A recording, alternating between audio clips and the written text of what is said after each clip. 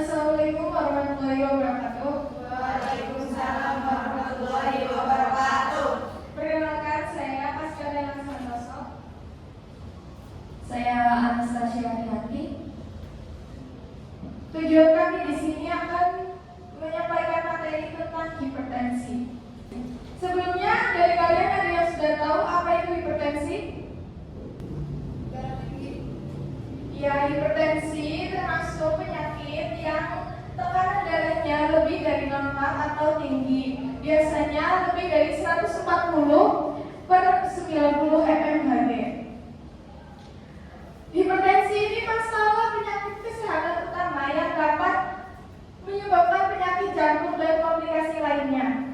Walaupun itu, sekarang generasi muda juga sudah terkena hipertensi karena pengaruh dari gaya hidup yang tidak sehat, seperti konsumsi garam berlebih, gaya hidup yang tidak sehat, kurang olahraga, stres, merokok, dan obesitas. Bisa juga hipertensi terjadi itu karena dari faktor genetik atau keturunan. Karena sering tanpa gejala, penting untuk rutin memeriksa tekanan darah dan menerapkan pola hidup sehat sebagai langkah pencegahannya. Hipertensi ini juga kondisi kronis dengan tekanan darah tinggi yang menetap. Seringnya tidak bergejala sehingga bisa dijuluki silent killer. Kondisi ini meningkatkan risiko komplikasi serius seperti serangan jantung, stroke, dan prevalensi terus meningkat, termasuk di Indonesia. Hipertensi ini dibagi menjadi dua, hipertensi primer dan hipertensi sekunder. Yang dimaksud hipertensi primer umumnya tanpa penyebab yang jelas dan dipengaruhi dari gaya hidup seperti anak muda sekarang. Dan hipertensi sekunder ini disebabkan oleh kondisi medis tertentu. Dari cara kita mengeceknya, diagnosisnya dilakukan melalui pemantauan tekanan darah dan pemeriksaan lanjutan untuk menilai resiko. Biasanya mengecek tekanan darah tinggi menggunakan speed manometer atau tensimeter. Sampai sini apa ada pertanyaan? Oke, lanjut. Kita lanjut ke penyebab hipertensi. Faktor penyebab terjadinya hipertensi itu satu karena umur, jenis kelamin, riwayat keluarga, genetik atau faktor keturunan, kebiasaan merokok, obesitas, kurangnya aktivitas, penggunaan estrogen dan konsumsi makanan asin, kafein, konsumsi sodium glutamat. Selanjutnya dari tanda hipertensi. Tanda hipertensi bisa kita lihat dari tekanan darah yang lebih tinggi dari normal, yaitu di atas 140 sampai 90 mmHg. Dan yang kedua, wajah merah atau terasa panas setelah aktivitas fisik. Yang ketiga, tentu terasa kaku atau berat.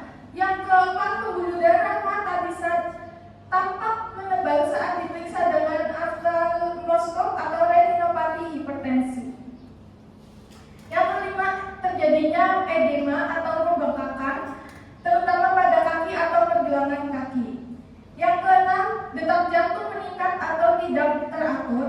Yang ketujuh, terdapat bising arteri saat diperiksa dengan stetoskop, misalnya di arteri ginjal.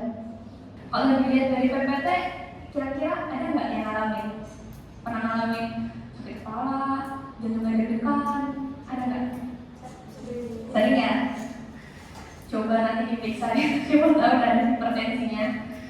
Ya, ini di PPT gejala hipertensi itu ada sakit kepala, terus pusing, kayak rasanya tuh melayang. Di dua mata tuh pandangan tuh kabur gitu loh.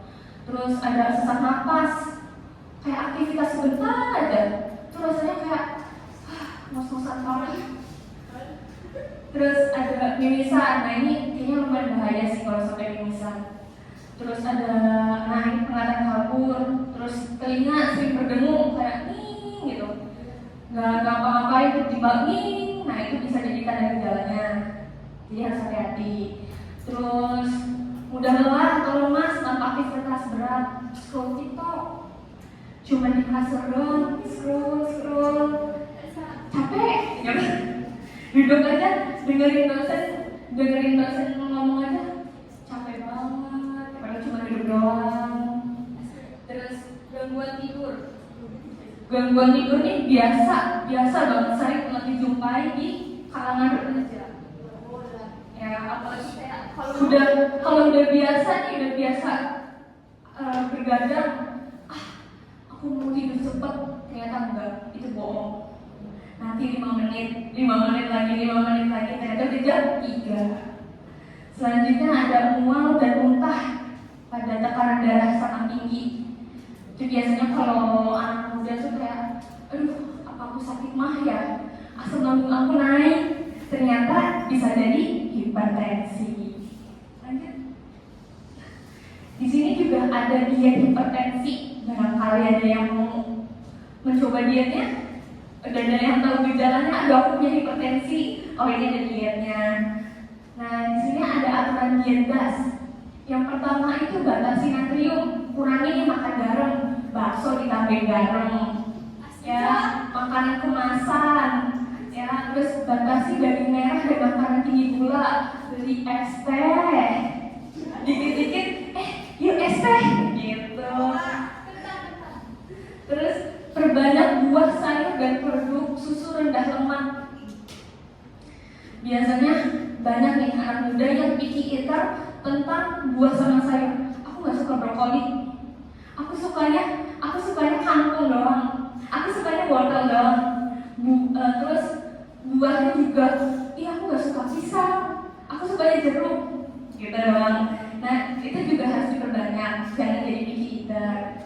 Terus konsumsi ikan, unggas, kacang dan gandum utuh. Aduh, aku malas makan ikan.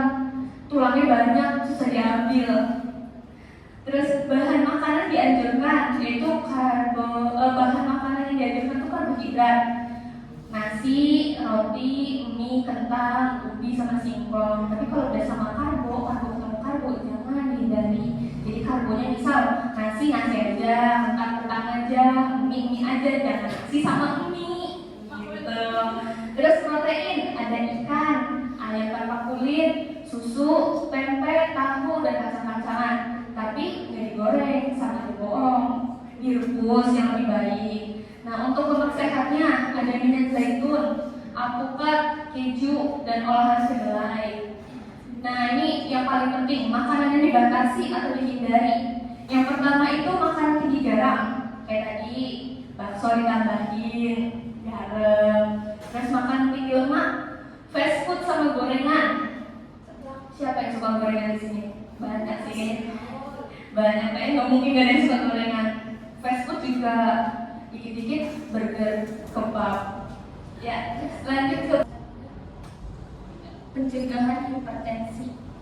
Ini harus dicegah sih. Barangkali ada yang merasa tanda-tanda gejala sebelumnya, aku kayaknya merasa ini deh, aku mau mencegahnya deh dari awal. Ini ada turunin berat badan. Yang merasa udah gemuk atau merasa berat badannya tuh beda dari sebelum-sebelumnya, kayak aku tiba-tiba naik 5 kilo ya. Nah itu boleh diturunin. Obesitas meningkatkan risiko hipertensi hingga 5 kali lipat. Batasi asupan garam maksimal 5 gram per hari atau kurang lebih 1 sendok garam teh. Selanjutnya ada ciptakan keadaan rileks, praktikan relaksasi seperti meditasi, yoga atau hipnosis. Ya pada intinya kita harus olahraga. Terus olahraga teratur, melakukan aerobik atau jalan cepat 30-45 menit 3-4 kali dalam seminggu.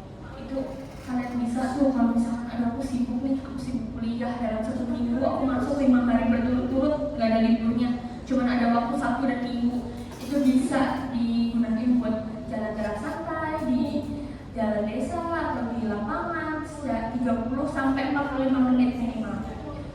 Terus berhenti merokok. Rokok itu merusak pembuluh darah dan meningkatkan tekanan darah. Selanjutnya, nah ini untuk pengobatan hipertensi. Terapi hipertensi dapat dilakukan dengan 2 cara, yaitu terapi non farmakologi dan terapi farmakologi. Ada tahu sebelumnya terapi non farmakologi? Kalau yang farmakologinya? Ada juga. Terapi non farmakologi ini melibatkan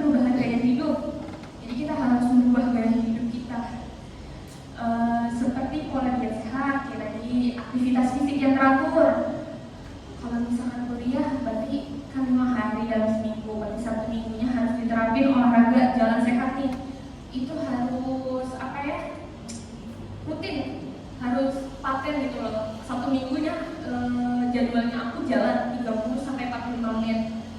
Terus larangan merokok, terus pembatasan konsumsi alkohol. Sementara untuk terapi farmakologi ini melibatkan pemberian obat antihipertensi. Mungkin ini yang udah kena dan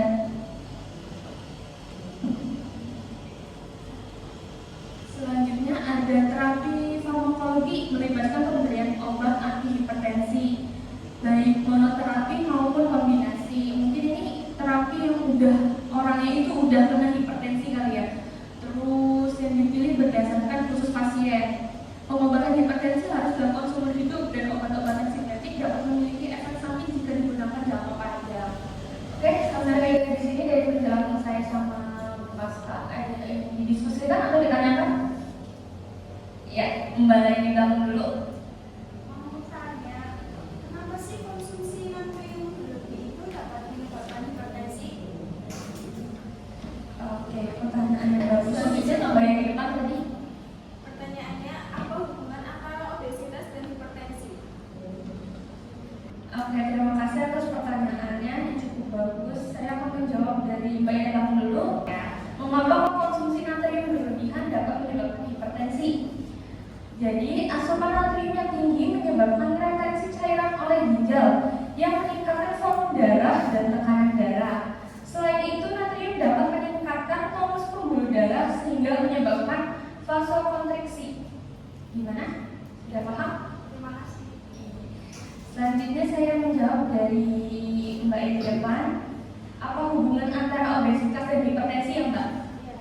Ya, obesitas itu meningkatkan resistensi insulin dan aktivitas RAAS serta meningkatkan volume darah dan kerja jantung. Lemak tubuh yang berlebih juga menyebabkan padanan kronis yang berkontribusi terhadap peningkatan tekanan darah.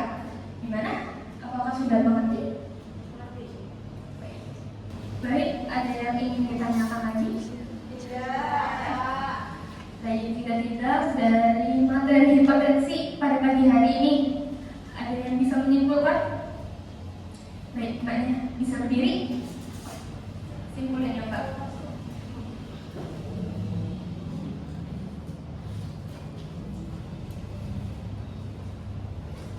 Hipertensi atau tekanan darah tinggi adalah kondisi meningkatnya tekanan darah dalam tubuh arteri. Dianggap tekanan darah tinggi apabila sistol lebih dari 140 mm/Hg dan diastol lebih dari 90 mm/Hg.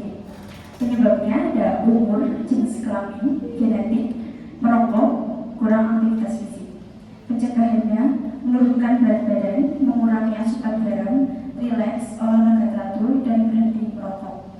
Untuk pengobatan ada non-farmakologi dan farmakologi. Non-farmakologi itu termasuk gaya hidup dengan diet sehat, tidak merokok, dan tidak alkohol. Farmakologi dengan obat antihipertensi namun memiliki efek samping. Terapi alternatifnya dengan jus belimbing, teh, bubuk kudu, atau nutrisi makan. Terima kasih. Baik, terima kasih. Boleh kasih tepuk tangan dulu. Baik, karena waktunya sudah untuk pergantian mata kuliah, saya di sini dan Bu Kaska mencukupkan pertemuan pada pagi hari ini. Ya, ini kita ada leaflet buat kalian nanti pelajarin di rumah ya, habis pulang dari sini.